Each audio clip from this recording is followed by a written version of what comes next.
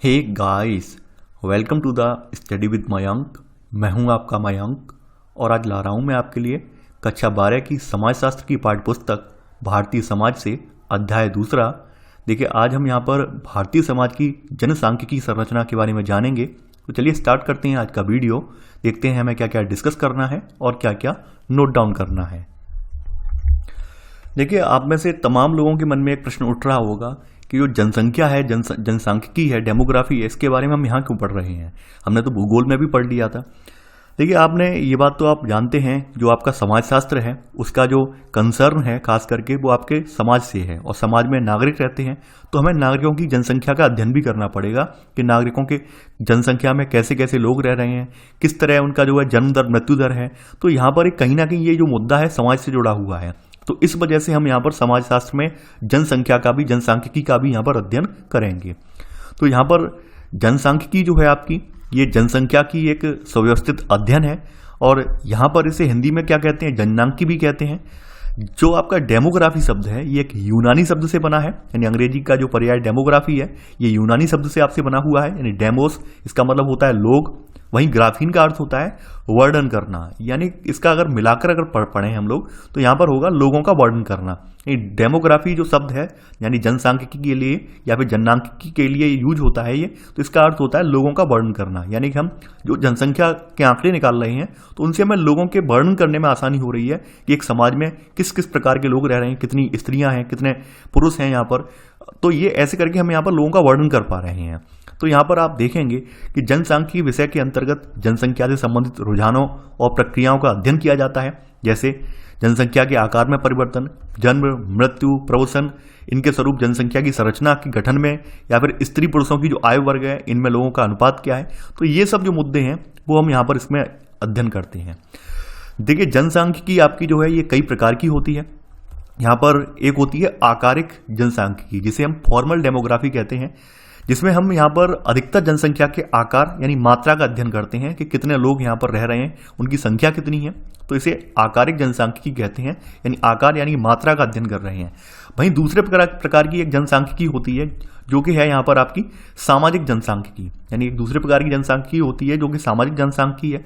इसमें हम जनसंख्या की सामाजिक, आर्थिक और राजनीतिक पक्षों पर यहाँ पर विचार करते हैं, यानी कि जो जनसंख्या का आर्थिक स्वरूप क्या है, सामाजिक स्थिति क्या है, वहीं राजनीतिक इसका पक्ष क्या है। तो इन सब पर हम यहाँ पर विचार करते हैं।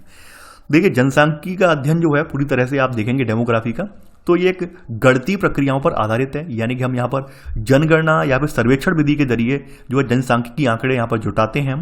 तो हम ये बात तो जानते ही हैं कि कैसे कैसे जुटाई जाती हैं जनगणना के आंकड़े या फिर जनसांख्यिकी के आंकड़े। तो ये जनगणना के द्वारा या सर्वेक्षण के द्वारा ये जुटाई जाती हैं। यहाँ पर जो मैंने आपको स्टार्टिंग में बात बोली थी वही बात यहाँ पर फिर से आ गई है कि जनसांख्यिकी का अध्ययन समाजशास्त्र के लिए अत्यंत महत्वपूर्ण है। ठीक है, यहाँ पर आप देखेंगे कि समाजशास्त्र के उद्भव और एक अलग अकादमिक विषय के रूप में इसकी स्थापना का श्रेय बहुत कुछ जनसांख्यिकी को ही जाता है।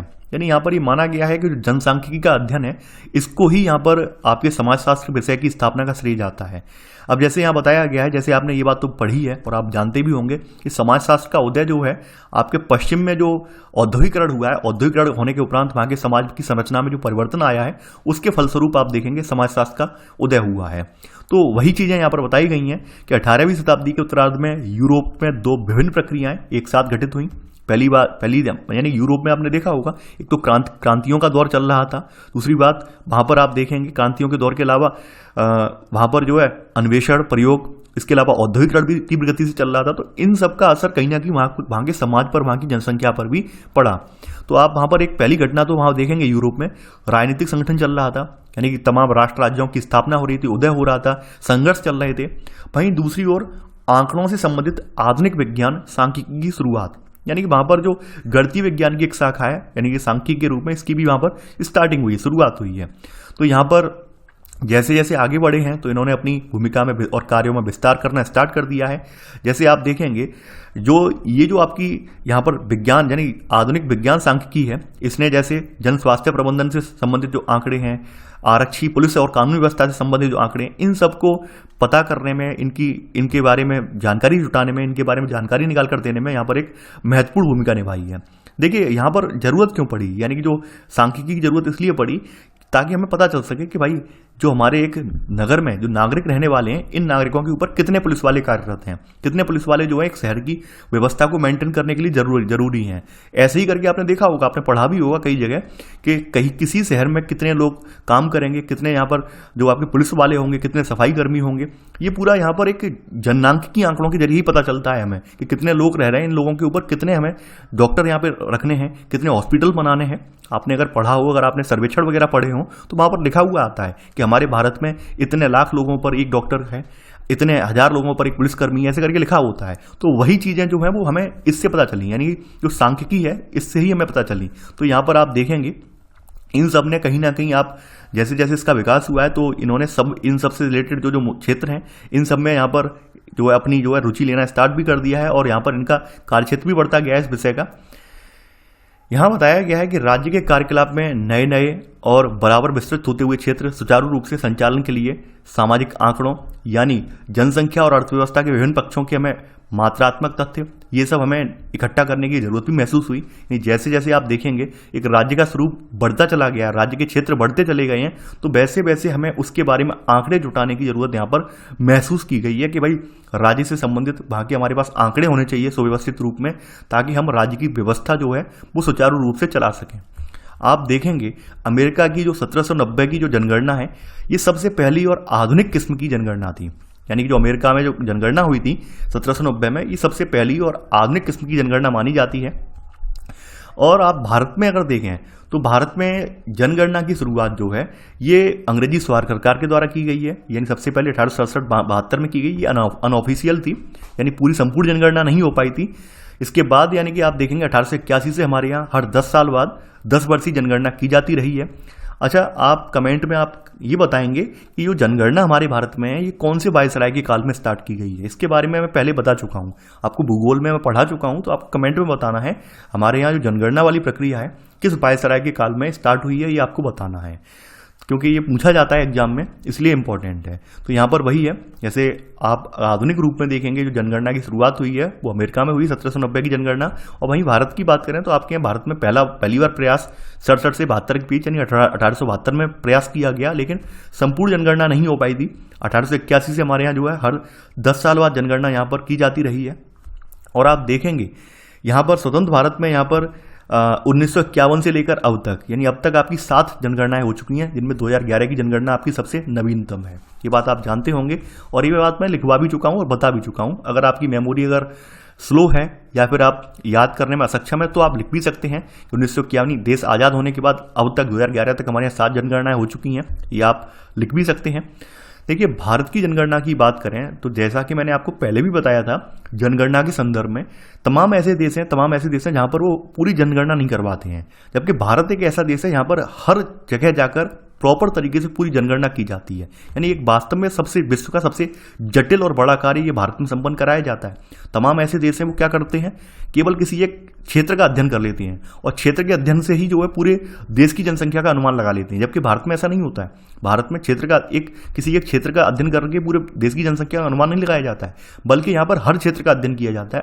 राज्यवार, राज्य में जो जिले आते हैं, जिले के अंदर जो प्रखंड आते हैं, तहसील वगैरह आती हैं, हर जगह जगह जाकर वहाँ पर आपके आप देखते होंगे आंकड़े जुटाए जाते हैं। तब बाद में उन्हें जो है समग्र रूप में जो है इकट्ठा किया जाता है, एक फिर फाइनल डेटा तैयार किया जाता है। यानी हमारे यहाँ आप देखेंगे बहुत सुव्यवस्थित तरीके से पूरा एक विशाल डेटा तैयार किया जाता है, जबकि अन्य देशों में देखेंगे जैसे चीन की जनसंख्या भारत की तुलना में कहीं ज़्यादा है, लेकिन वहाँ भी नियमित रूप से जनगणना नहीं की जाती है। और जैसा कि मैंने आपको पहले भी बताया था, तमाम ऐसे देश हैं जो जनगणना कराते ही नहीं है, वो वही अपनाते हैं कि केवल किसी एक क्षेत्र विशेष की जनगणना कर ली और उसी से उन्होंने अनुमान लगा लिया कि हमारे देश में इतना क्षेत्रफल है, इतने नागरिक रह रहे होंगे, ऐसे करके वो निकाल लेते हैं। यहाँ पर आप देखेंगे जनसांख्यिकी आंकड़े हैं, ये राज्य की नीतियाँ, विशेष रूप से आर्थिक विकास और सामान्य जन कल्याण संबंधी नीतियाँ बनाने और कार्यान्वित करने के लिए ये महत्वपूर्ण होते हैं। देखिए, अगर किसी देश की जनसंख्या का हमें संरचना पता चल जाए, जनसंख्या का आकार पता चल जाए, तो हमें वहाँ पर एक नीतियाँ बनाने भी बहुत आसान हो जाता है। क्यों आसान हो जाता है? हमें पता चल जाता है कि समाज में ऐसे कौन कौन से वर्ग हैं जो वास्तव में आज भी, जिनकी संख्या ज़्यादा है लेकिन उन्हें सामाजिक रूप से लाभ नहीं मिल पाया है, तो हम उनके लिए नीतियाँ बना सकते हैं। समाज में कितने वर्ग जो है ऐसे हैं, लोग हैं जो गरीबी रेखा के नीचे हैं, उनके लिए हम नीतियाँ बना सकते हैं। या फिर हम यहाँ पर ये भी देख सकते हैं कि भाई स्त्री और पुरुष हैं, इनका अनुपात कितना है। यानी क्या ऐसा भी हो सकता है, जैसे आपने देखा होगा पंजाब हरियाणा के संदर्भ में देखा आपने कि वहाँ पर स्त्रियों का अनुपात, स्त्रियों की जो संख्या थी वो काफ़ी कम रह गई। तो एक सरकार के लिए चिंतन करने का विषय था, सरकार के लिए एक सोचने का विषय था कि ऐसा क्या हुआ कि भाई कम क्यों रह गई। तो वहाँ पे प्रोत्साहन दिया गया। तो आप देखेंगे धीरे धीरे करके वहाँ पर भी संख्या जो इम्प्रूव हुई है। तो कहीं ना कहीं आप देख सकते हैं जो आपकी जनसांख्यिकीय आंकड़े होते हैं, कोई भी सरकार हो या कोई भी जो है देश हो, तो वहाँ पर सबसे इंपॉर्टेंट रोल इनका यही होता है। देश में जो जन कल्याण की नीतियाँ हैं उन्हें बनाने के लिए ये एक अहम योगदान देते हैं और एक उनके लिए महत्वपूर्ण भी होते हैं ये। तो ये थर्ड पॉइंट आपने नोट कर लिया होगा। देखिए एक इमेज है ये। आगे बढ़ते हैं। यहाँ बताया गया है कि सामाजिक आंकड़ों की अगर बात की जाए, सामाजिक आंकड़ों को पहली बार इकट्ठा किया गया तो उन्होंने समाजशास्त्र जैसे एक नए विषय के अध्ययन के लिए एक प्रबल आधार प्रस्तुत किया। यानी आप जैसे देखेंगे कि जैसे जनसांख्यिकीय आंकड़े इकट्ठे किए गए, वैसे समाजशास्त्र से रिलेटेड समाजिक आंकड़े इकट्ठे किए गए। तो ऐसे करके समाजशास्त्र के विषय को भी बल मिला। यहाँ पर आप देखेंगे लाखों लोगों के बहुत बड़े समुदाय के बारे में इकट्ठे किए गए जो विशाल आंकड़े हैं या संख्यात्मक विशेषताओं ने सामाजिक प्रघटना के अस्तित्व के लिए एक मजबूत और ठोस तर्क प्रस्तुत किया। यानी कहीं ना कहीं जो जनसांख्यिकीय आंकड़े निकल कर आए थे, जनसांख्यिकीय आंकड़े हमें पता चले थे, तो उनसे हमें समाजशास्त्र और सामाजिक जो प्रघटनाएं हैं उनको समझने में भी मदद मिली। जैसे एक एग्जाम्पल मैं यहाँ पर देता हूँ। जैसे हम हरियाणा की बात कर लेते हैं। हरियाणा में आप देखेंगे जो स्त्री यानी लिंगानुपात है, लिंगानुपात में स्त्रियों वाला स्तर काफ़ी नीचे चला गया, पुरुषों का लिंगानुपात काफ़ी ऊपर था। ये आपने देखा वहाँ पर। तो ये भी एक कहीं ना कहीं समाज के ऊपर सोचने का विषय था, समाज शास्त्रियों के लिए सोचने का विषय था कि ऐसा क्या हुआ कि स्त्रियों की संख्या घटती जा रही है, लड़कियां बहुत कम जन्म ले रही हैं, लड़कों की संख्या बढ़ती जा रही है, या फिर लड़कियां जन्म न लेने का कारण क्या है? कारण यही है कि पितृसत्तात्मक समाज है, लड़कियों को प्रोत्साहन नहीं देते हैं, बढ़ावा नहीं देते हैं, उन्हें लगता है लड़कियां बोझ हैं। तो कहीं ना कहीं सामाजिक जो समाजशास्त्री हैं इन्होंने इस चीज़ को ढूंढा, इस समस्या को ढूंढा, इस पर काम किया। तो आप देखते होंगे तमाम योजनाएं ऐसी लाई गई, बेटी बचाओ बेटी पढ़ाओ। तो ऐसे करके आप देखेंगे समाज में भी एक संदेश क्या, समाज में लोग जागरूक हुए और कहीं ना कहीं लिंगानुपात में भी यहाँ पर आपको एक सुधार देखने को मिलेगा। जैसे बात करें यहाँ पर आप देखें कि हमें जो आंकड़े प्राप्त होते हैं तो उनसे जैसे प्रति 1000 की जनसंख्या के पीछे मृत्यु के मामले में या फिर मृत्यु दर कितनी है, तो ये सब चीज़ें हमें यहाँ पर देखने को मिल जाती हैं।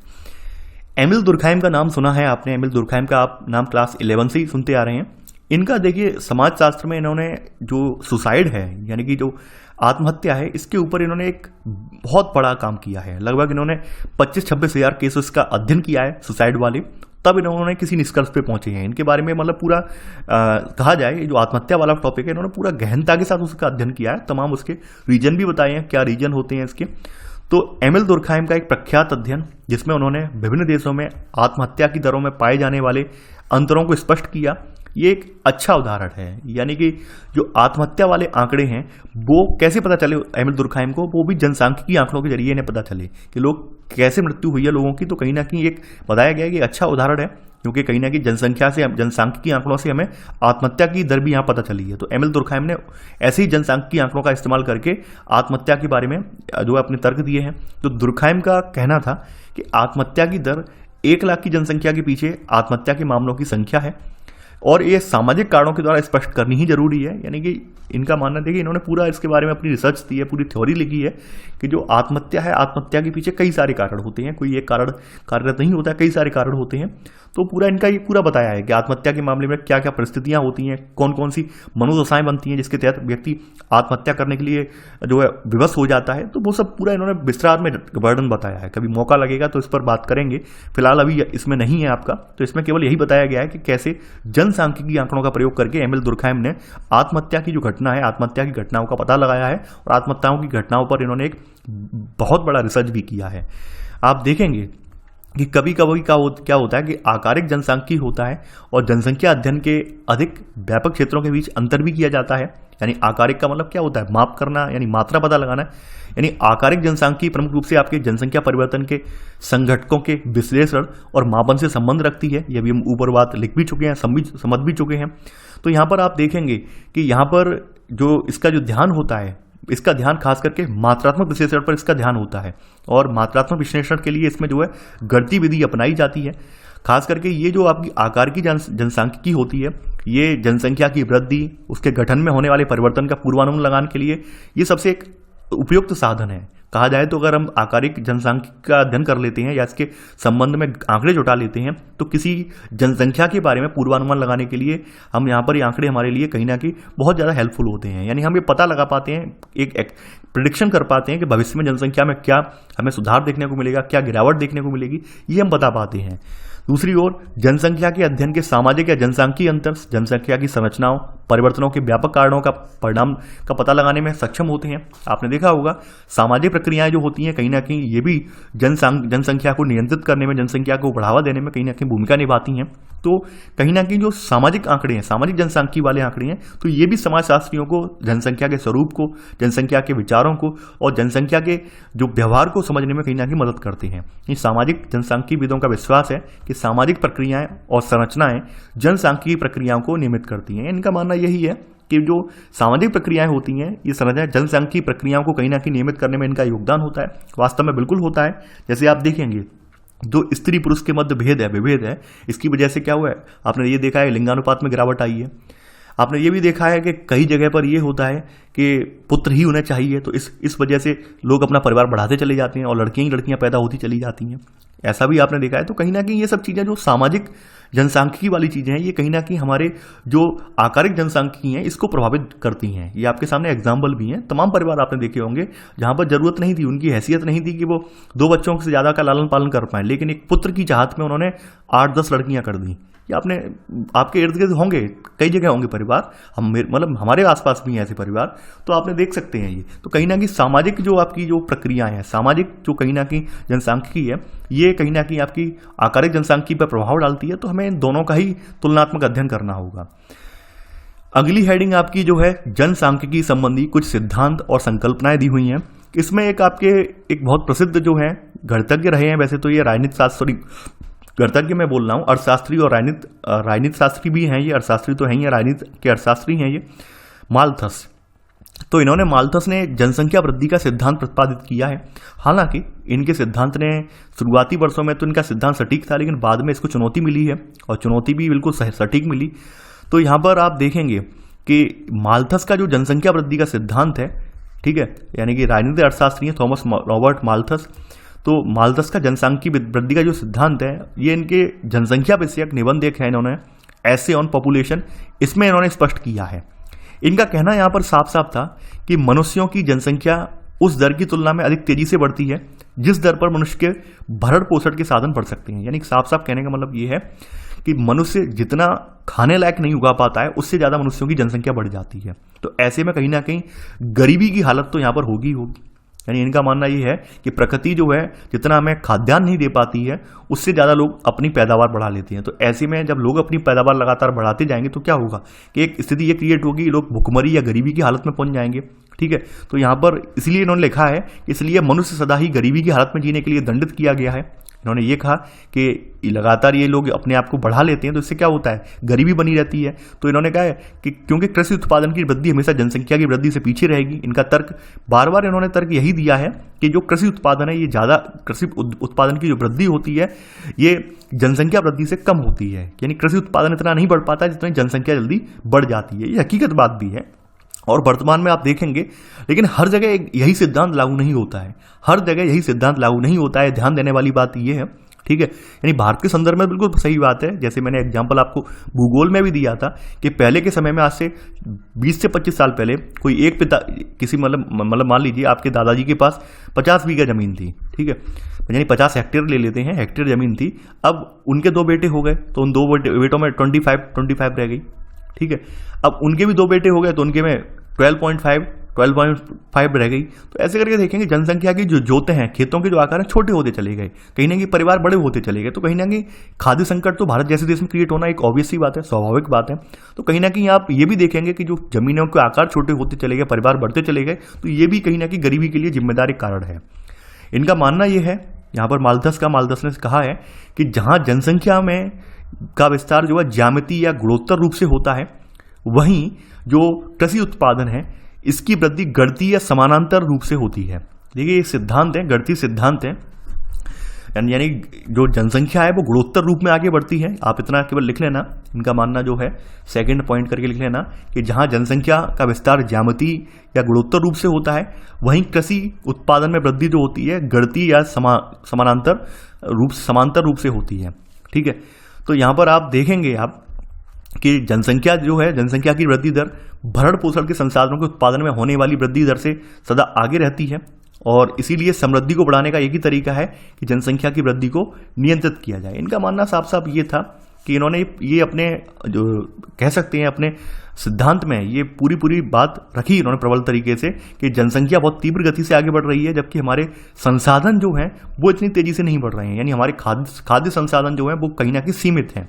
तो आप इन्होंने ये बात दोहराई बार बार कि आप अगर जनसंख्या की समृद्धि चाहते हैं, जनसंख्या खुशहाल चाहते हैं, तो आपको ये करना पड़ेगा, जनसंख्या की वृद्धि को नियंत्रित करना पड़ेगा, वरना ऐसा पॉसिबल नहीं है।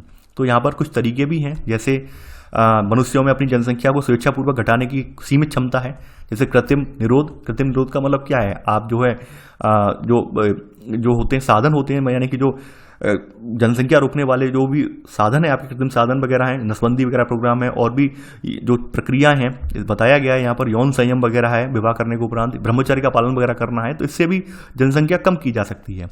हालांकि ये जो तरीके हैं ये किसी व्यक्ति पर डिपेंड करते हैं, यानी कि ये संयम करना या फिर आप जो है ब्रह्मचारी बन जाइए, ये मतलब आप समझ सकते हैं ये पॉसिबल नहीं भी है। ये ऐसा हर व्यक्ति में इतनी बड़ी इच्छा शक्ति नहीं होती है कि इन सब पे कंट्रोल कर पाए, बहुत मुश्किल है। लेकिन हाँ, माल्थस का विश्वास ये था कि अकालों और बीमारियों के रूप में जनसंख्या वृद्धि को रोकने के प्राकृतिक निरोध अनिवार्य होते हैं।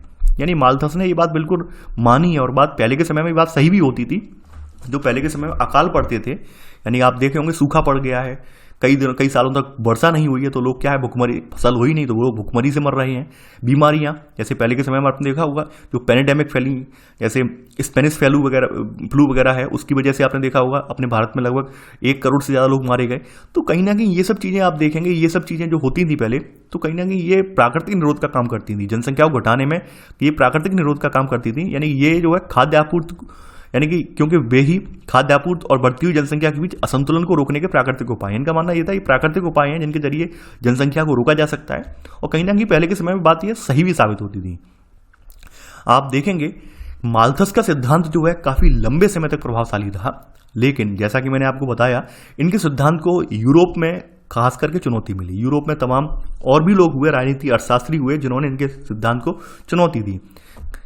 खास करके 20वीं शताब्दी के पहले चतुर्थांश में आप देखेंगे, यानी कि आप देखेंगे पहले चतुर्थांश का मतलब क्या है, 1900 से लेकर 1925 के लगभग की स्थिति बताई गई है। इसमें देखेंगे, इसमें यहाँ पर आपको नाटकीय ढंग से परिवर्तन देखने को मिलेगा, क्योंकि यहाँ पर अब जो आपकी स्वास्थ्य सेवाएं हैं इन पर सुधार किया गया है। ऐसे करके देखेंगे जन्म दरें घट गई हैं, महामारियों के प्रकोप पर नियंत्रण कर लिया गया है। तो ऐसे करके आप देखेंगे माल्थस की भविष्यवाणियां झूठी साबित कर दी गई हैं, क्योंकि जनसंख्या की तीव्र वृद्धि के बावजूद खाद्य उत्पादन और जीवन स्तर लगातार उन्नत होते गए। यानी जैसे जैसे औद्योगिकरण बढ़ा है, औद्योगिकरण के उपरांत आप देखेंगे लोगों ने ये भी प्रयास किए हैं, लोगों ने इस ओर भी ध्यान दिया है, क्योंकि माल्थस का जो विचार था, तो माल्थस के विचार को झूठा साबित करने के लिए तमाम देशों ने क्या प्रयास किए हैं। प्रयासों के उपरांत ये देखने को मिला है कि वहां पर उत्पादन भी अच्छा खासा हुआ है, जनसंख्या की तीव्र वृद्धि भी हुई है, और जीवन स्तर भी लोगों का उन्नत हो गया है। तो ये भी देखने को मिला है। तो कहीं ना कहीं यहाँ पर देखेंगे माल्थस का सिद्धांत जो है कहीं ना कहीं ये झूठा कारगर हुआ है, यानी कि हर जगह एक जैसा लागू नहीं होता है। ये उदारवादी भी जो है और मार्क्सवादी विद्वान भी हैं, ये माल्थस के विचार से जो है सरोकार नहीं करते हैं, इसकी आलोचना करते हैं। इनका मानना ये है कि गरीबी का कारण क्या है, यानी कि जो इनका विचार था माल्थस का कि गरीबी का कारण जनसंख्या वृद्धि है। उदारवादी और मार्क्सवादी से खास करके आलोचना करते हैं इसकी। इनका मानना यह था कि गरीबी और भुखमरी की समस्याएं जो होती हैं ये जनसंख्या वृद्धि से नहीं होती हैं, बल्कि आर्थिक संसाधनों का असमान वितरण होता है, इसकी वजह से समस्याएं ये क्रिएट होती हैं। यानी जैसा कि आपके उदारवादी और मार्क्सवादी हमेशा संघर्ष की स्थिति देखते हैं और संघर्ष देखते हैं संसाधनों के वितरण को लेकर, ये बात हम पहले भी डिस्कस कर चुके हैं। तो यहाँ पर मार्क्सवादी विचारधारकों ने यही बात फिर से दोहराई है कि भाई गरीबी जैसी चीज जो है वो केवल संसाधनों के असमान वितरण की वजह से आती है। ये बिल्कुल ये मानने को तैयार नहीं है कि जनसंख्या वृद्धि की वजह से गरीबी आ रही है। तो आप ये सब देख सकते हैं यहाँ पर। तो माल्थस का हमने देख लिया, यहाँ पर आगे बढ़ते हैं। ये 3 पॉइंट आपने लिख लिया। अब इसी में अगली सब हेडिंग आपकी जो है ये है जनसांख्यिकी संक्रमण का सिद्धांत। ये आपकी अगली सब हेडिंग है जनसांख्यिकी संक्रमण का सिद्धांत। देखिए, जनसांख्यिकी जो संक्रमण का सिद्धांत है, यह बताता है कि जो जनसंख्या की वृद्धि है वो आर्थिक विकास के समग्र स्तरों के साथ जुड़ी होती है। यानी आर्थिक विकास के जो जो स्तर होते हैं उन सभी स्तरों में आपको एक जनसंख्या वृद्धि के एक अलग अलग रूप देखने को मिलेंगे, ये बात ये बताता है। एवं प्रत्येक समाज विकास से संबंधित जनसंख्या वृद्धि के एक निश्चित स्वरूप का अनुसरण करता है। इनका मानना ये है कि जो समाज हैं, यानी खास करके आप देखते होंगे विकसित समाज, विकासशील समाज या फिर औद्योगिक समाज, हर समाजों में आप देखेंगे जो जनसंख्या वृद्धि के स्वरूप हैं वो अलग अलग देखने को मिलेंगे। तो यहाँ पर इस हिसाब से इन्होंने जो है जनसंख्या वृद्धि के 3 बुनियादी चरण बताए हैं। यहाँ पर 3 बुनियादी चरण हम देखेंगे कौन कौन से चरण होते हैं। पहला चरण जो है इनका, पहले चरण में ये कह रहे हैं कि समाज जो है जनसंख्या की दृष्टि से, जनसंख्या वृद्धि की दृष्टि से यहाँ पर पिछड़ा हुआ होता है। यहाँ पर जनसंख्या की वृद्धि जो है कम देखने को मिलती है। रीजन ये है कि समाज यहाँ पर अल्प विकसित है, समाज बहुत ज़्यादा डेवलप नहीं है और यहाँ पर कोई तकनीकी दृष्टि यहाँ पर से भी पिछड़ा हुआ है। यानी कि यहाँ पर आप देखेंगे नई नई खोज आविष्कार वगैरह भी नहीं यहाँ पर देखने को मिलते हैं समाजों में। तो इस वजह से यहाँ पर ये समाज जो है कहीं ना कहीं अल्प विकसित होते हैं और पिछड़े हुए होते हैं और यहाँ पर जनसंख्या की जो ग्रोथ है वो कम देखने को मिलती है। यहाँ पर आप देखेंगे कि इन समाजों में आपको मृत्यु दर भी बहुत ज़्यादा ऊंची मिलेगी और जन्म दर भी यहाँ पर बहुत ज़्यादा ऊंची मिलेगी। लेकिन फिर भी यहाँ पर आप देखेंगे मृत्यु दर जो है काफ़ी ज़्यादा रहती है। यानी कि जन्म लेने वाले फिर भी कम रह जाते हैं और मृत्यु वाले लोग ज़्यादा होते हैं, क्योंकि बुनियादी सुविधाएं होती नहीं है। स्वास्थ्य से रिलेटेड और खाद्यान्न से रिलेटेड सुविधाएं इन्हें मिलती नहीं है, बुनियादी जरूरतों की सेवाएं मिलती नहीं है। इस वजह से कहीं ना कहीं हम यहाँ पर देखेंगे जनसंख्या जो है कहीं ना कहीं वो कम रह जाती है। यहाँ पर अब दूसरे चरण में बढ़ते हैं। दूसरे चरण में बढ़ने से पहले यहाँ पर इन्होंने एक तीसरा चरण यहाँ पर पहले डिफाइन कर दिया है। यानी कि तीसरा चरण इन्होंने बताया है, यानी दूसरे चरण से पहले तीसरा वाला डिफाइन कर दिया है। तो तीसरा और पहले के बीच का जो चरण है वो संक्रमणकालीन चरण बोला जाता है, वो भी हम बाद में देखेंगे। तो यहाँ पर तीसरा चरण इन्होंने पहले बता दिया है। तो इन्होंने बताया तीसरा और अंतिम चरण जो होता है यहाँ पर विकसित समाज हो जाता है और विकसित समाज में जनसंख्या वृद्धि दर यहाँ पर नीचे रहती है, क्योंकि यहाँ पर काफ़ी हद तक लोग समाज में मृत्यु दर और जन्म दर दोनों ही यहाँ पर कम हो जाती है। यानी कि आप देखेंगे जब समाज कोई विकसित हो जाता है तो वो समाज खास करके जनसंख्या वृद्धि पर ध्यान न देकर जनसंख्या की गुणवत्ता पर ध्यान देता है। आपने सोचा होगा वो क्वालिटी, यानी वो क्वालिटी पर फोकस करता है। वो यही कोशिश करता है कि हमारे यहाँ जो रहने वाले लोग हैं वो अच्छे खासे मानव संसाधन बन जाएं, यानी कि अच्छी शिक्षा प्राप्त करें, अच्छी उन्हें सुविधाएं, स्वास्थ्य सुविधाएं मिल जाएं और उच्च तकनीकी ज्ञान का प्रयोग करें। तो फिर वो लोग ये जनसंख्या बढ़ाने पर फोकस नहीं करते हैं। वो लोग जो है अच्छी खासी नवीन जो है खोजों पर देखते हैं, खोजों पर फोकस करते हैं। जैसे जापान हुआ, जापान ने देखा होगा जापान की जो जनसंख्या है अब वो रुक गई है, वृद्धि दर वहाँ पर जनसंख्या की वृद्धि रुक गई है, क्योंकि जापान एक अपने आप में डेवलप्ड कंट्री है। तो वो लोग क्या है टेक्नोलॉजी वगैरह की जो लगातार नए नए इन्वेंशंस हैं उन पर फोकस कर रहे हैं, तकनीकी ज्ञान पर फोकस कर रहे हैं, जो है स्पेस रिसर्च वगैरह उन पर फोकस कर रहे हैं। तो कहीं ना कहीं आप देखेंगे जितने भी डेवलप समाज हैं, जितने भी डेवलप्ड परिवार हैं, तो वहाँ पर बाद में जनसंख्या वृद्धि पर फोकस ना करके उसकी गुणवत्ता पर फोकस किया जाता है। तो इस वजह से हम यहाँ पर ये देखेंगे कि यहाँ पर भी जो है दर आपको जनसंख्या वृद्धि दर की वो कम देखने को मिलेगी। यानी आपने यहाँ पर देख लिया पहले चरण में भी कम है और अंतिम चरण जो है डेवलप्ड कंट्री वाला वहाँ पर भी कम है।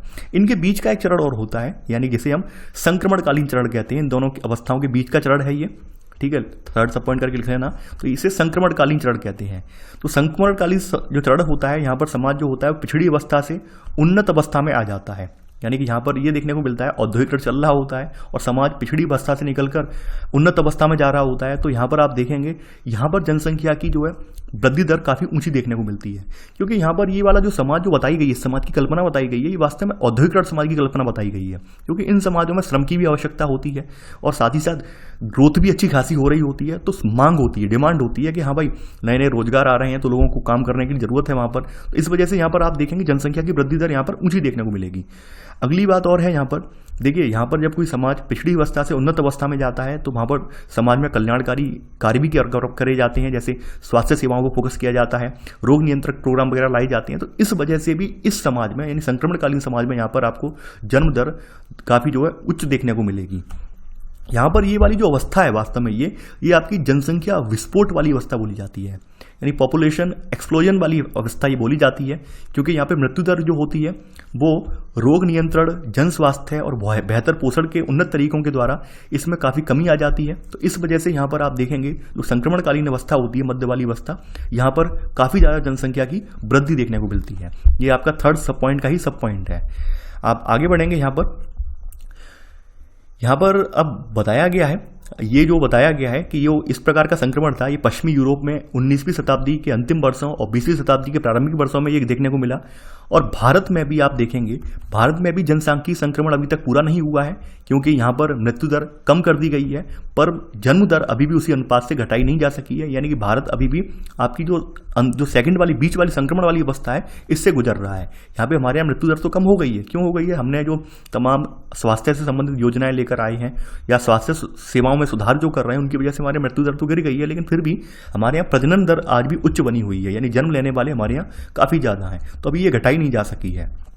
तो आपने यहाँ पर जो आपका संक्रमण, जनसांख्यिकीय संक्रमण का सिद्धांत है, वो आपने देख लिया है। आई होप आपको क्लियर भी हो गया होगा।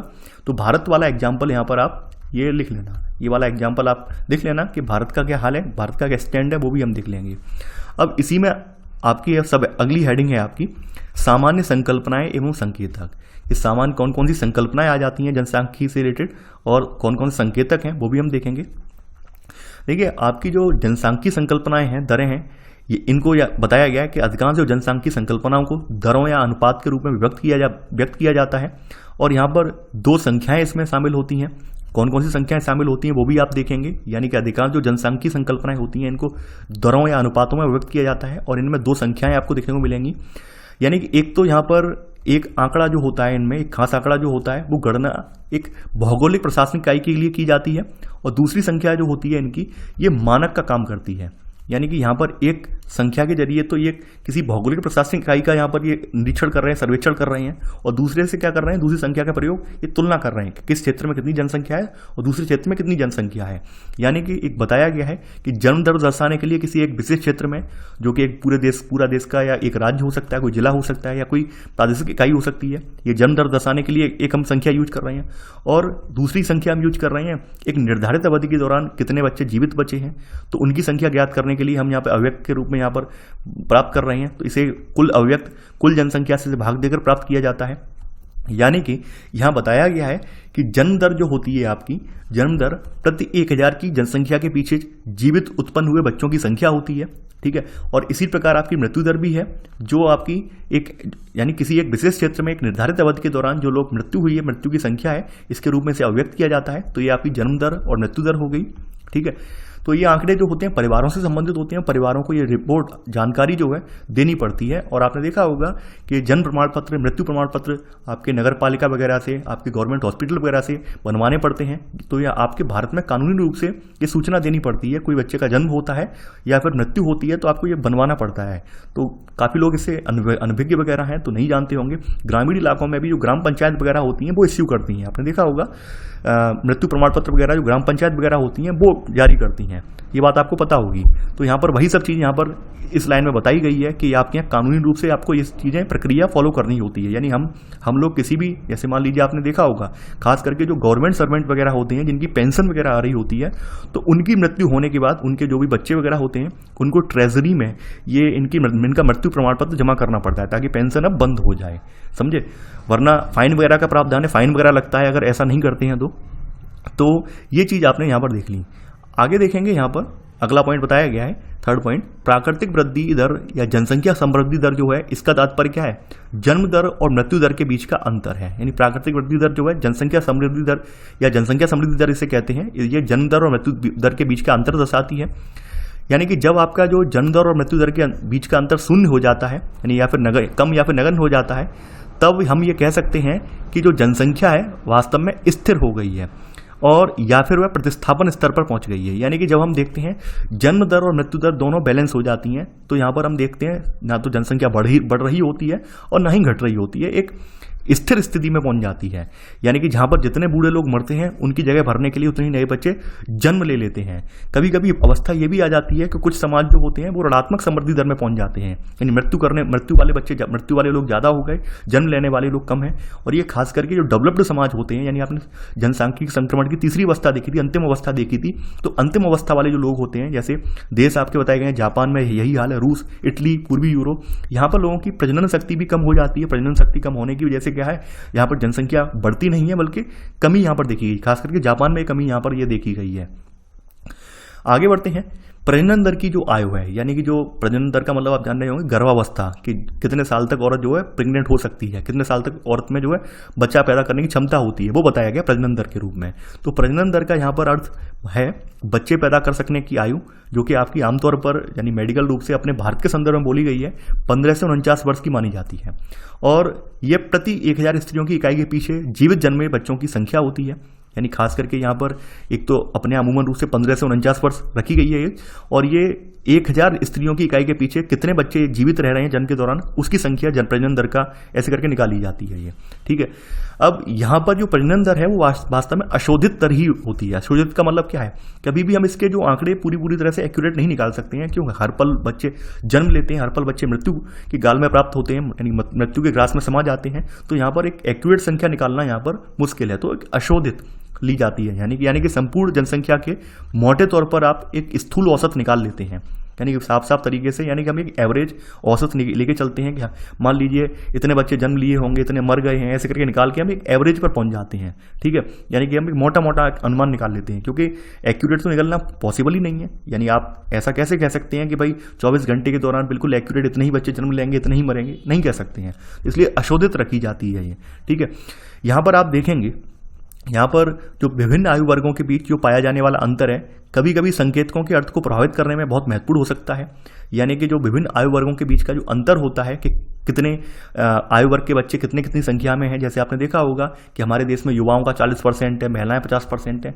तो ये कहीं ना कहीं ये आंकड़े जो होते हैं, ये तमाम जो जनसंख्याविद हैं, इन आंकड़ों के हिसाब से देश में जितनी कार्यकुशल जनसंख्या कितनी है, गृहिणी जनसंख्या कितनी है, घर पर काम करने वाली कितनी है, यानी ऐसी जनसंख्या कितनी है जो घर पर केवल बैठ के खा रही है, तो ये सब निकाले जाते हैं। यानी कहीं ना कहीं हमारे अर्थशास्त्र के रिलेटेड भी आंकड़े हैं, क्योंकि देश की आर्थिक स्थिति को भी कहीं ना कहीं ये जनसंख्या कहीं ना कहीं संदर्भित करती है।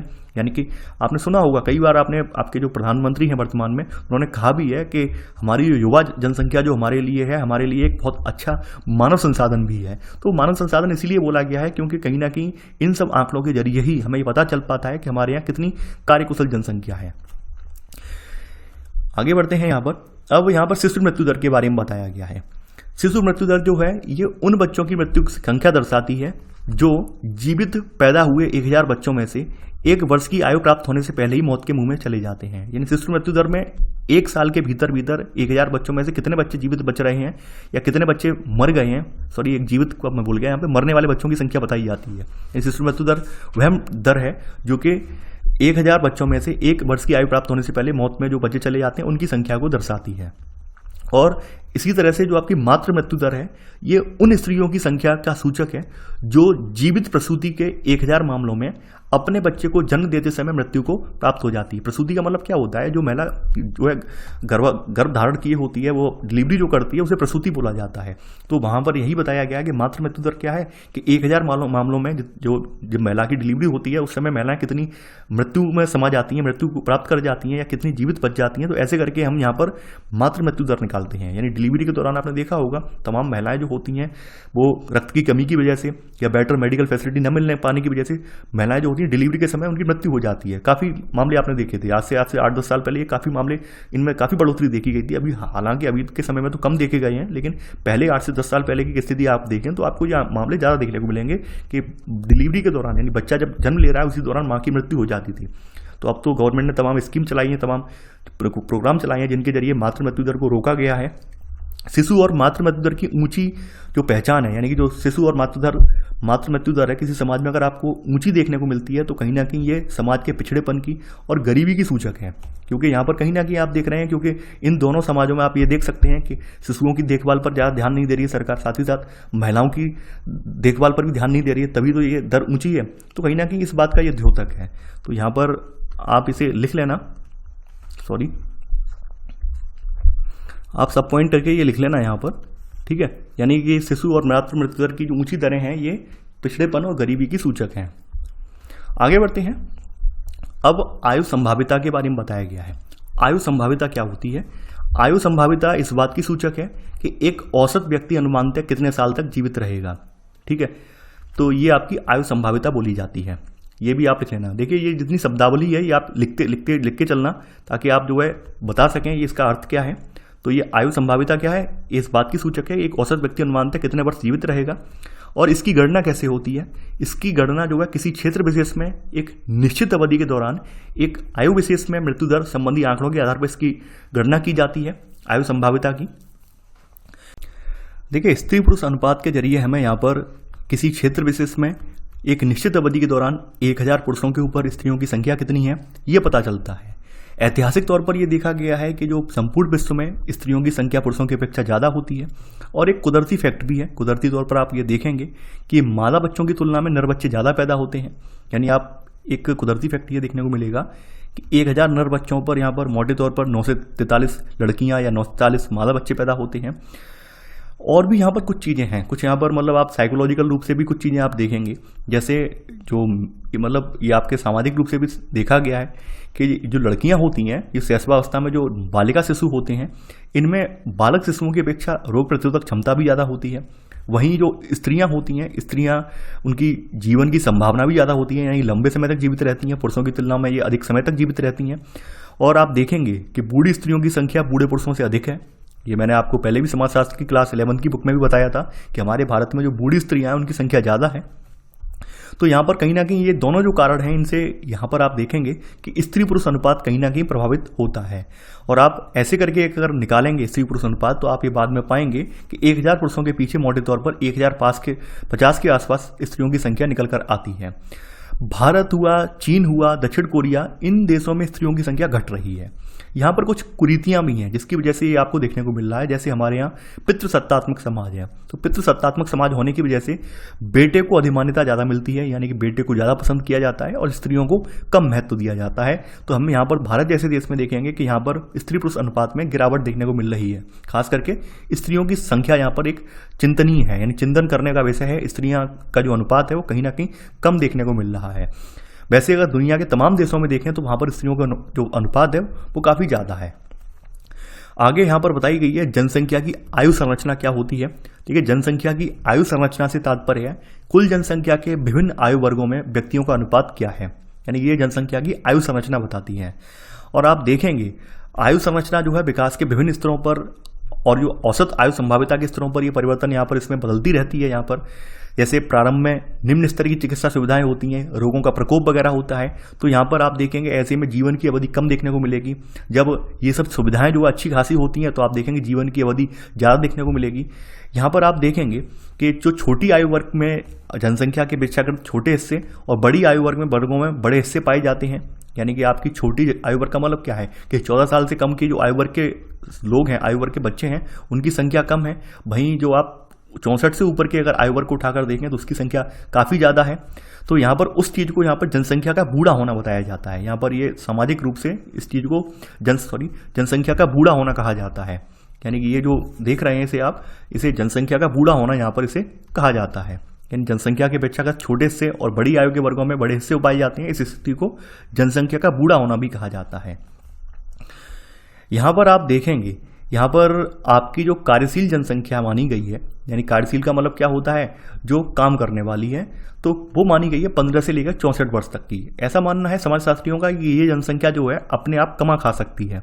वहीं इससे पहले की यानी कि 0 से लेकर जो 14 तक और इसके बाद 64 से लेकर ऊपर ये पराश्रित मानी गई। पराश्रित का मतलब क्या है, दूसरों पर निर्भर है, यानी कि अपना खुद से नहीं कर पा रही है, दूसरों पर ये निर्भर हो जाती है, तो ये कार्यशील में नहीं आती है। तो यहाँ पर आप ये भी देखेंगे कि जब जनसंख्या में जो पराश्रितता है इसका अनुपात जनसंख्या के पराश्रित और कार्यशील हिस्सों में मापने का एक साधन है। यानी कि जो आपकी पराश्रितता वाला अनुपात है ये क्या है, जनसंख्या में कितने लोग पराश्रित हैं, दूसरे लोगों पर डिपेंड हैं, और कितने लोग जो वर्क कर रहे हैं, ये मापने का एक साधन है।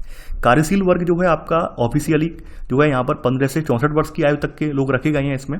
ठीक है, यानी कि यहाँ पर आप देखेंगे कि 15 से 64 वर्ग के आय वाले लोग हैं ये यहाँ पर कार्यशील माने गए हैं। और यहाँ पर किसी भी देश के लिए आपको ये देखने को मिलेगा जिन देशों में जो पराश्रित लोग हैं यानी डिपेंड होने वाले लोग हैं, इनकी संख्या जब बढ़ जाती है तो ये कहीं ना कहीं देश की चिंता का विषय है, क्योंकि ऐसे लोग जो हैं देश की जीडीपी में योगदान नहीं करते हैं बल्कि एक बोझ माने जाते हैं। ठीक है, तो यहाँ पर आप देखेंगे तो ऐसे करके देखेंगे ये जीडीपी पर योगदान नहीं करते हैं, एक बोझ माने जाते हैं। और कार्यशील आय वाले लोग जो है कहीं ना कहीं इनका अनुपात छोटा हो जाता है और गिरता हुआ जो पराश्रितता अनुपात जो है ये कहीं ना कहीं आर्थिक समृद्धि को दिखाता है। यानी गिरता हुआ पराश्रितता का मतलब क्या है कि किसी देश में मान लीजिए ज़्यादा लोग कार्य करने वाले हैं, ज़्यादा कार्यशील जनसंख्या है, तो उस देश में आर्थिक समृद्धि भी ज़्यादा होगी ऐसा माना जाता है, और वो समृद्धि का स्रोत भी बन सकता है। तो ये दोनों बातें हैं कि मान लीजिए किसी देश में डिपेंड लोग ज़्यादा हैं, यानी जितने बूढ़े लोग हैं यानी डिपेंड लोग ज़्यादा हैं, तो क्या होगा, कहीं ना कहीं समृद्धि दर पर जो है प्रश्न चिन्ह लग जाएगा, समृद्धि दर रुक जाएगी। और वहीं कार्यशील जनसंख्या ज़्यादा है तो आपको ये देखने को मिलेगा कि कहीं ना कहीं समृद्धि दर देश की जो है आर्थिक समृद्धि है वो कहीं ना कहीं तीव्र गति से होगी। तो ये यहाँ पर एक सोशियोलॉजिकल एक फैक्ट है। यहाँ पर अगली आपकी स्वतंत्र रूप से हेडिंग है, यहाँ पर ये है भारत के जनसंख्या का आकार क्या है, समृद्धि भारत में कितनी है, ये यहाँ पर बताया गया है। अगर आप जनसंख्या के आकार से देखें तो भारत दूसरा सबसे बड़ा जनसंख्या वाला देश है, और हमारे यहाँ अभी नवीनतम जो जनगणना हुई है सन 2011 की हुई है, इसके अकॉर्डिंग हमारे देश में 121 करोड़ आबादी है। यहाँ पर आप देखेंगे 1901 से लेकर 51 के बीच हमारे यहाँ औसत वार्षिक समृद्धि दर जो है ये ऋणात्मक रही है, यानी कि एक साधारण वृद्धि रही है, बहुत ज़्यादा नहीं हुई है, 1.33 से अधिक ये वृद्धि नहीं हुई है, साधारण समृद्धि दर कही जा सकती है।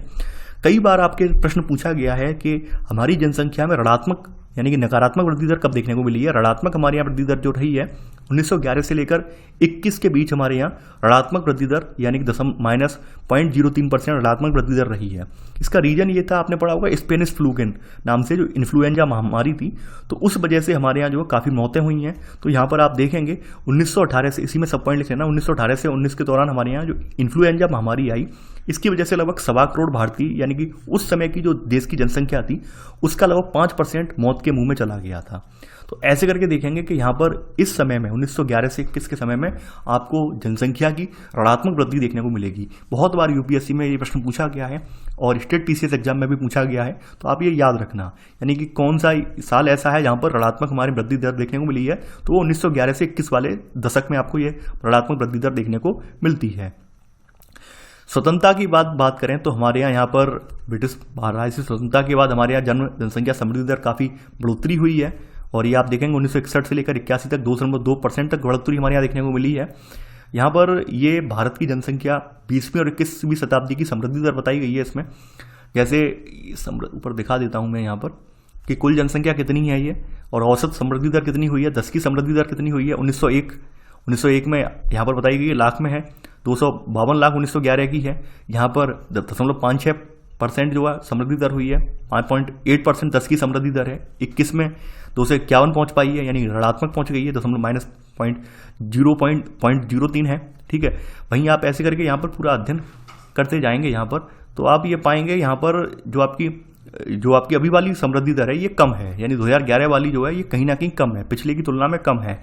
आप जो अपनी समृद्धि दर देखेंगे यहाँ पर आपकी अभी 100 यानी कि 1210 लाख है, तो यानी कि 121 करोड़ जनसंख्या है, तो यहाँ पर आपको आर्थिक समृद्धि दर आपको देखने को मिलेगी 1.63, और वहीं 10 की समृद्धि दर हमारे यहाँ ये कम रहेगी, 17.7% रह गई है। देखिए ये हमारा ग्राफ है, यहाँ पर आप देखेंगे 10 यानी 1901 से 10 के बीच में जन्म दर दिखाई गई है, ग्रीन लाइन से रेड से दिखाई गई है मृत्यु दर। तो यहाँ पर हमें देखने को मिलेगा जन्म दर भी यहाँ पर उच्च है और मृत्यु दर भी यहाँ पर उच्च देखने को मिलेगी। लेकिन धीरे धीरे जैसे आगे बढ़ते गए हैं 2017 तक, तो यहाँ पर जन्म दर में भी गिरावट आई है हल्की सी, और मृत्यु दर में भी यहाँ पर काफ़ी गिरावट आपको देखने को मिलेगी, ठीक है। यानी मृत्यु दर हमने जो हमारे यहाँ तमाम जो स्वास्थ्य सेवाएं प्रोवाइड करवाई जा रही हैं उनसे मृत्यु दर में काफ़ी हद तक गिरावट आई है।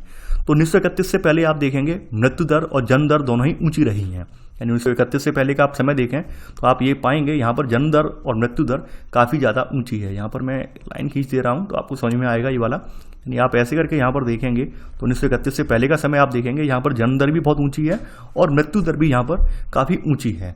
जबकि आप धीरे धीरे यहाँ तक पहुँचेंगे 2011 और 17 के बीच में पहुँचेंगे तो यहाँ पर मृत्यु दर काफ़ी कम रह गई है, जबकि जन्म दर फिर भी यहाँ पर अच्छी खासी देखने को मिल रही है हमें। तो यहाँ पर आप देखेंगे 1921 के बाद मृत्यु दर में गिरावट आने के कई रीजन थे। पहला रीजन ये था कि हमारे यहाँ अकाल या महामारी थी, इन पर नियंत्रण कर लिया गया, तो इस वजह से यहाँ पर कहीं ना कहीं मृत्यु दर में गिरावट में आने लगी है यहाँ पर।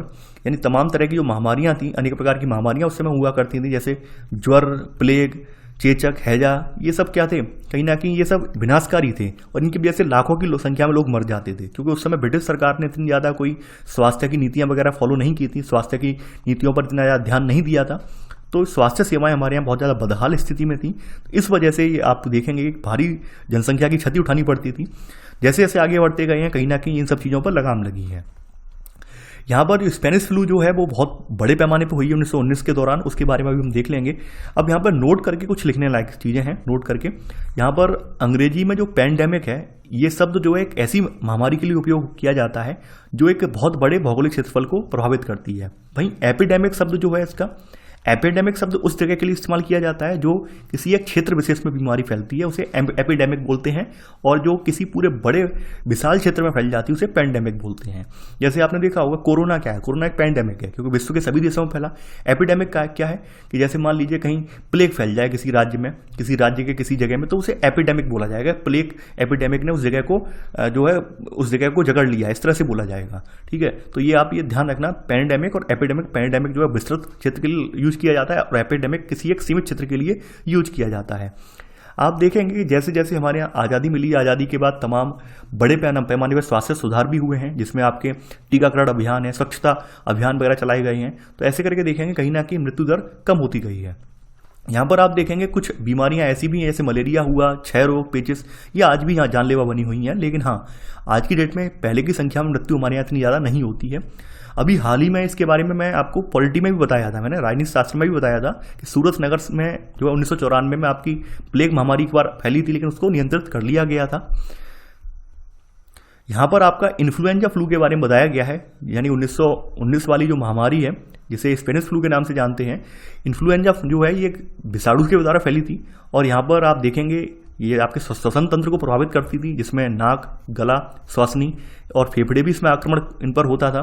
तो आप देखेंगे यहाँ पर जैसे जैसे इन्फ्लुएंजा के विषाणु जो है, इनकी जो जनिक बनावट बताई गई थी वो कैसी थी कि अपने आप में छोटे बड़े जनिक परिवर्तन लाकर स्वयं को मौजूदा टीका द्रव्यों यानी वैक्सीन के असर से उन्मुक्त कर लेते हैं, इस तरह के जीवाणु थे। तो यहाँ पर आप देखेंगे कि इन्फ्लुएंजा ने 3 बार बड़े बड़े विनाशकारी परिवर्तन मचाए। पहली बार में तो यहाँ पर एक पैंडेमिक के रूप में फैली बीमारी और विशाल संख्या जो है विश्व में ये मारी गई है इसके चलते, यानी कि ये सबसे ज़्यादा कुख्यात जो हुई है वो स्पेनिश फ्लू के नाम से हुई है और विश्व के लगभग 4 करोड़ लोग यहाँ पर मौत के मुंह में समा गए हैं। हालांकि इसका सटीक अनुमान लगा पाना संभव नहीं है, लेकिन फिर भी एक औसत ये माना गया है कि लगभग 4 से 5 करोड़ लोग इसकी चपेट में आए हैं। इसके बाद इन्फ्लुएंजा जो फ्लू है वो 1957 में एशियन इन्फ्लुएंजा के नाम से फैली है और 1968 में हांगकांग इन्फ्लुएंजा के नाम से फैली है। इसमें भी लाखों की संख्या में लोग मारे गए हैं। तो यहाँ पर वही सब चीज़ें बताई गई हैं कि कितनी फैली है, क्या फैली है, इसका सटीक अनुमान लगा पाना मुश्किल है। लेकिन हाँ, फिर भी भारत में तो लगभग 1.25 करोड़ लोग मारे गए हैं। तो ये इन्फ्लुएंजा फ्लू के बारे में, स्पेनिश फ्लू के बारे में जानकारी यहाँ पर दी हुई है, ज़्यादा कुछ महत्वपूर्ण यहाँ पर नहीं है।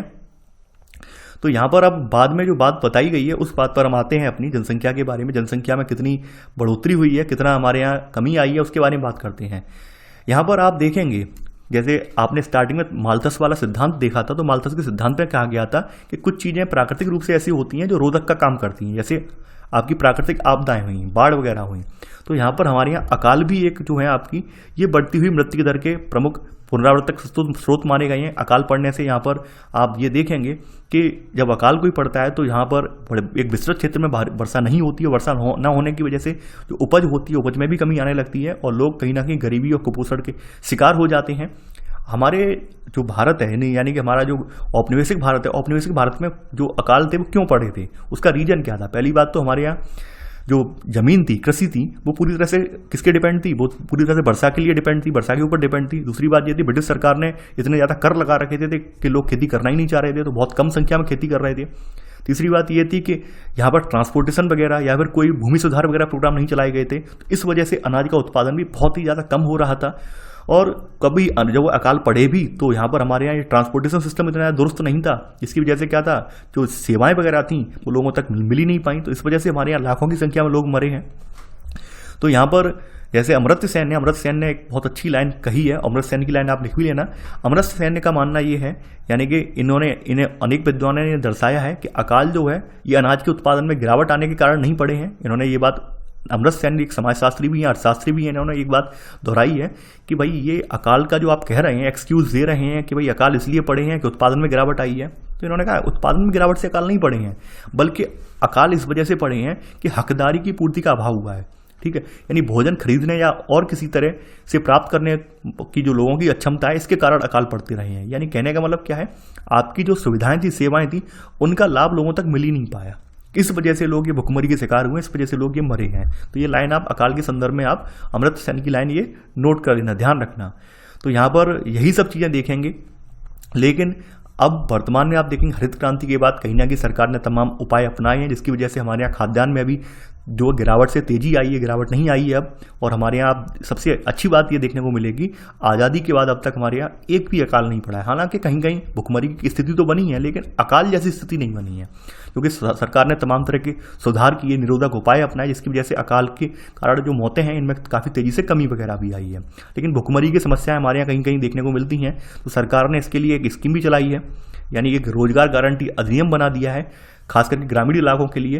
तो ग्रामीण इलाकों में भूख और भुखमरी की समस्या के समाधान के लिए हमारे यहाँ महात्मा गांधी राष्ट्रीय ग्रामीण रोजगार गारंटी अधिनियम, जिसे मनरेगा के नाम से भी जाना जाता है, ठीक है, यानी Mahatma Gandhi national rural employment guarantee act, ये बनाया गया है ताकि जो 100 दिन का रोजगार है ग्रामीण क्षेत्रों में प्रोवाइड करवाया जा सके और लोग भूखमरी से मरे ना, अपने रोजगार। यानी गांव में आप देखेंगे मौसमी बेरोजगारी ज़्यादा देखने को मिलती है, क्योंकि फसल का सीजन कट जाने के बाद लोग खाली बैठे रहते हैं, रोजगार होता नहीं है। तो ऐसे में उनकी घर की ज़रूरतों को कैसे पूरा किया जाए, इसलिए गवर्नमेंट ने जो एक रूरल एरिया के लिए स्कीम ये लाई है, Mahatma Gandhi national rural employment guarantee act बनाकर, ताकि ग्रामीण क्षेत्र के लोग हैं उनको रोजगार मिल सके।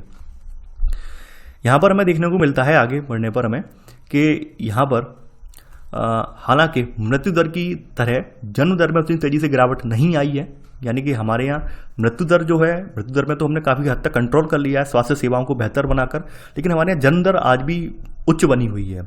और जन्म दर कहीं ना कहीं ये धीमी नहीं हो रही है, क्योंकि यहाँ पर आप देखेंगे जन्म दर आपकी सामाजिक सांस्कृतिक प्रघटना है और इसमें परिवर्तन धीमी गति से होता है। यानी कि आप देखेंगे यहाँ पर कि जब एक बार शिशु मृत्यु दरों में गिरावट आ जाती है और शिक्षा और जागरूकता के स्तरों में भी कुल मिलाकर वृद्धि हो जाती है, तो फिर परिवार का आकार छोटा होने लगता है। यानी अभी भी हमारे भारत में आप देखेंगे जो समृद्ध परिवार हैं, पढ़े लिखे परिवार हैं, उनकी संख्या कम है। ज़्यादातर लोग जो है मध्यम वर्गीय परिवार हैं और वो लोग यही समझ रहे हैं अभी भी कि ज़्यादा बच्चा पैदा करने से क्या होगा, हमारी आर्थिक स्थिति बेटर हो जाएगी, जबकि ऐसा नहीं है। ये कई बार बात बताई गई है। भारत के कई राज्य जो हैं ऐसे भी हैं जहाँ पर प्रजनन दर के मामले में बहुत ज़्यादा भिन्नताएं देखने को मिलेंगी, खास करके आंध्र प्रदेश, हिमाचल प्रदेश, तमिलनाडु, पश्चिम बंगाल जैसे कुछ कुल राज्य हैं जहाँ पर प्रजनन दर आपकी उच्च देखने को मिलेगी, ठीक है। और प्रजनन दर यहाँ पर जो है निम्न रह गई है, ये नीचे लाने में सफल हुए हैं। वहीं आपके कुछ राज्य ऐसे भी हैं जहाँ पर प्रजनन दर बहुत उच्च बनी हुई है। इनमें आपका बिहार है, खास करके बिहार और यूपी तो नंबर 1 ही है इसमें। यानी यहाँ पर आप देखेंगे प्रजनन दर बहुत ऊंची है, माने बिहार, एमपी, राजस्थान, यूपी, यहाँ पर प्रजनन दर जो है 3 से भी ऊपर है, जबकि आपके ये कुछ ऊपर वाले राज्य इनमें प्रजनन दर काफ़ी नीचे आई है, ठीक है। यानी इन राज्यों में औसत स्त्री जो है लगभग अपने जीवन काल में 1.7 बच्चे ही पैदा करती है। समझ रहे हैं आप? प्रजनन दर का मतलब क्या है, जो 1.7 आंकड़ा लिखा गया है, तो इसका मतलब ये है कि औसत काल में इनके यहाँ जो भी इनके राज्य में स्त्रियां हैं वो औसत काल में 1.7 बच्चे ही पैदा कर रही हैं, जबकि उत्तर प्रदेश का हाल ये है कि यहाँ पर औसत रूप से एक स्त्री लगभग 3 बच्चे पैदा कर रही है अपने जीवन काल में। तो आप पूरे यूपी की जितनी लेडीज हैं उनका हिसाब लगा लीजिए यहाँ पर औसत रूप से। तो ये ऐसे करके यहाँ पर ये प्रजनन दर बताई गई है। अब यहाँ पर 2015 के आंकड़े बताते हैं। यहाँ पर जैसे बताया गया है, वर्ष 2015 के आंकड़ों के अनुसार भारत में जन्म दर कुल 20.2% आपको देखने को मिलेगी, और इनमें भी आपके ग्रामीण क्षेत्रों में जन्म दर काफ़ी उच्च थी, जबकि नगरीय क्षेत्रों में कम थी। ग्रामीण क्षेत्रों में आपके 22.4% थी, वहीं नगरीय क्षेत्रों में आपकी 17.3% थी। भारत में सबसे ज़्यादा आपको जन्म दर कहाँ पर मिलेगी आपको देखने को, यूपी, बिहार में मिलेगी। यहाँ पर आप देखेंगे लगभग यूपी में 25.9% है और वहीं बिहार में इससे भी ज़्यादा है, 26.4% है। और ये राज्य मिलकर 2026 तक भारत की कुल जनसंख्या का 50% लगभग आधा भाग तक बढ़ा सकते हैं। यानी कि सोचने वाली बात है। और सबसे ज़्यादा बेरोजगार सबसे ज़्यादा आप देखेंगे इन्हीं 2 राज्यों में मिलेंगे आपको, यूपी और बिहार में। ये भी एक फैक्ट की बात है। तो ऐसे में जब जनसंख्या इतनी बेभाव बढ़ रही है, हद से ज़्यादा बढ़ रही है, तो कहीं ना कहीं रोजगार पर भी संकट क्रिएट होगा। तो सरकार को, मेरा मानना ये है, सरकार को जल्द से जल्द कोई ऐसा एक्ट बनाना चाहिए जिसके जरिए जनसंख्या या फिर नसबंदी प्रोग्राम भी चलाया जाए, ताकि जनसंख्या को रोका जा सके। क्यों, कहीं ना कहीं चिंता का विषय है।